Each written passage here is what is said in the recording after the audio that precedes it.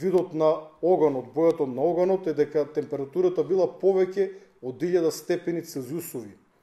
Бетонската подлога од долната страна на мостот, која што го штити мостот, ги губи дел од своите својства над 400 степени Целзиусови, додека арматурата, металната арматура над 600 степени постои опасност да изгуби дел од своите својства. Поголемата опасност е во тоа што носичките елементи на мостот се на долната страна, оние кои што во суштина го држат целиот мост, а пожарот беше токму под нив.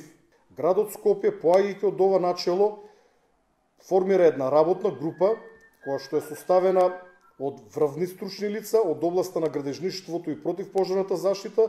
Некои од тие лица беа и на увидот на мостот, имав можност лично со нив да разговарам.